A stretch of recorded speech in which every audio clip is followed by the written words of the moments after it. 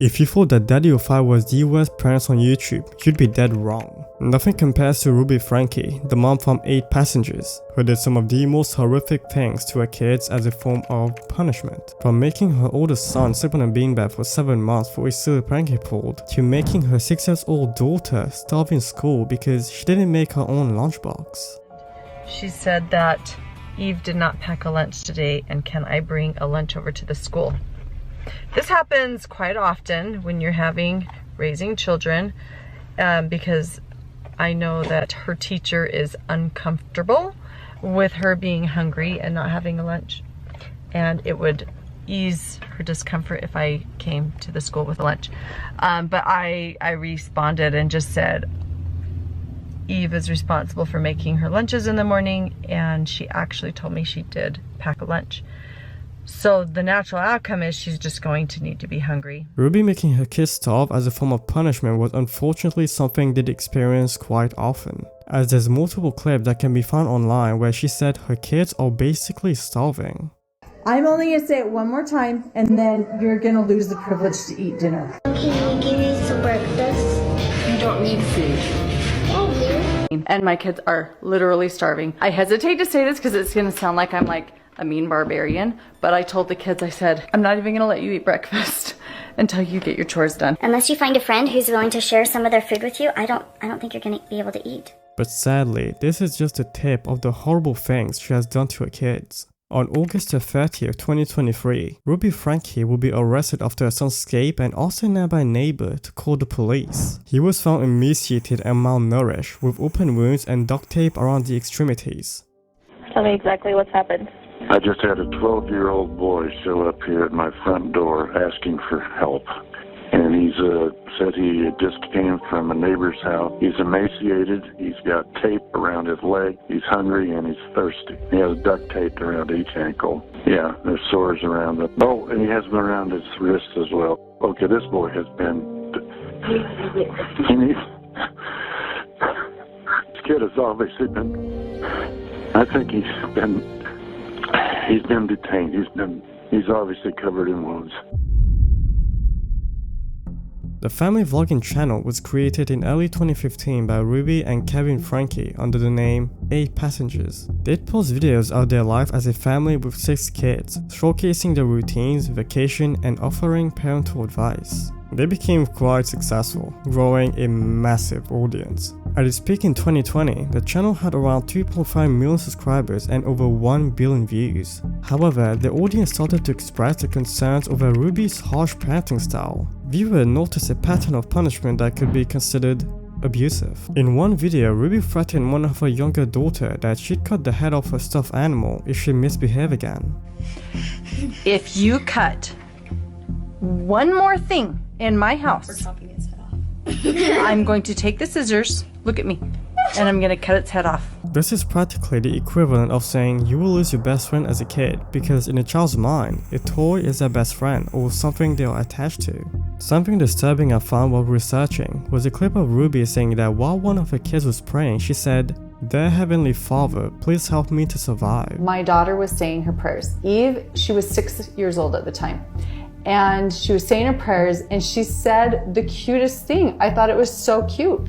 And I started laughing. She said, "Dear Heavenly Father, please help me to survive." What does a kid have to go through for them to have such thoughts in their heads? That is something quite disturbing to think about. But it seems that Ruby didn't have a care in the world when the camera was on, as vlogging was more important than her kids. In one infamous clip, Ruby was vlogging while her oldest daughter said that she was losing her vision and asked to be taken to the hospital. Any concerned parent will bring their kids to the hospital without hesitation, but Ruby did the complete opposite, as vlogging was her priority. I'm cleaning the sink, I'm cleaning the countertops, mopping the floor. I'm stalling. I think I'm ready now. I think I'm ready to leave. I put on a little bit of lip gloss, and that will be as much stalling as I'll go. And so she woke up this morning and she's like, "Mom, my vision is really blurry, like more blurry than it usually is." Kevin just came in. He's like, "I think we need to take Sherry to the emergency room." I said, "Well, let me take a shower and then I'll be out." It's been an hour, so. Ruby choosing to vlog instead of bring her daughter to the hospital tells you a lot about her character. But the backlash that really started everything was when Ruby posted a now deleted video where Chad, the oldest son, revealed something none of the audience knew about. Chad said that he slept on a beanbag for 7 months for a prank he pulled on his little brother. My bedroom was taken away for 7 months and then you give it back like a couple weeks ago. I don't think our viewers know that. You've been sleeping on a beanbag. I've been sleeping on a beanbag since October. And they gave my room back like 2 weeks ago. Oh, I'll give you the reason why I lost my bedroom. No, we never told our viewers. That I woke Russell up at 2 in the morning and told him that we're going to Disneyland and he has to pack and he got up. You think it's funny, then that was 7 months ago. Maybe you need longer without a bedroom. It was not funny. And Chad also casually mentioned that he had no friends since he couldn't keep up with them. Yeah, so there will be basically no technology over the summer. And now I have no friends. You can play with friends. No, like I don't have friends. I don't have friends either. I literally like told my friends I'm not hanging out with them anymore. Because They say some pretty messed up stuff. How do you feel about not having any friends? Sucks, but I don't feel safe or accepted in any friend groups, so. And this was the video that marked the downfall for Ruby Franke. Soon after this, a Change.org petition was made for Child Protective Services to investigate them. Though nothing came out of it as there wasn't enough evidence to charge the Franke family with anything. But this was enough for people to see Ruby for who she truly was, as punishing your son for that long for a silly prank is beyond acceptable. The viewership would also take a massive hit, from averaging millions of views per month to barely hitting the 600k mark, along with countless videos being uploaded criticizing Ruby's harsh parenting style. And this clearly had an impact on Ruby, as she stopped posting daily and moved on to posting roughly every other day, until only posting a few times a month. And on the 2nd of August 2023, the channel will be deleted seemingly out of nowhere. However, this wasn't the end for Ruby Franke. She would get heavily involved with Jodie Hildebrand, who was the family therapist. Ruby became a business partner with Jodie's counseling class called Connection, and Ruby was listed as a certified mental fitness trainer on the Connection website and was mostly featured in the service video alongside Jodie.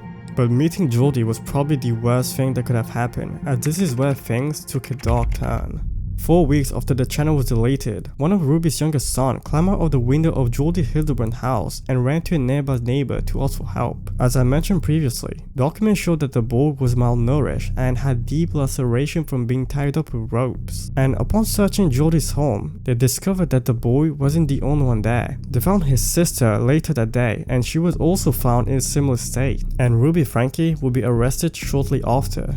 Allegedly, the kid was in the direct care of Jodie at the time of the incidents, and Ruby had knowledge of the malnourishment and neglect. This meant her hands were also dirty as she was heavily involved. Later that year in December, both Jodie and Ruby would plead guilty to 4 counts of second-degree aggravated child abuse, and was sentenced to full 1 to 15 years prison terms. But it seems like they will only serve a maximum of 30 years according to a Utah law that caps imprisonment time. As for the kids, at the time that I'm writing this, they seem to be under the care of the Department of Child and Family Services, and Kevin is trying to get them under his custody. But something that seemed to go unnoticed is the involvement of Kevin Franke. Although he was questioned on the same day as the incidents, Kevin revealed that he's been in a separation and he also haven't seen the kids in a year, and told the investigator that there was no communication with his wife about their physical care or well-being. But what caught my attention is when the investigator asked him how the two would discipline their kids during their marriage, and Kevin would not answer the question. Why wouldn't he answer that question makes him seem pretty odd, and because of that, it's really hard to believe that Kevin had nothing to do with it. Even prior to this, what type of parents think it's okay to make their kids sleep on a beanbag for 7 months? And one thing we have to remember is Kevin was beside Ruby and agreeing with a form of discipline before Jodie came along. So it wouldn't be a stretch to think that he might have had some sort of involvement. But since this cannot be proven, we can't accuse him of anything based on just speculation or the past.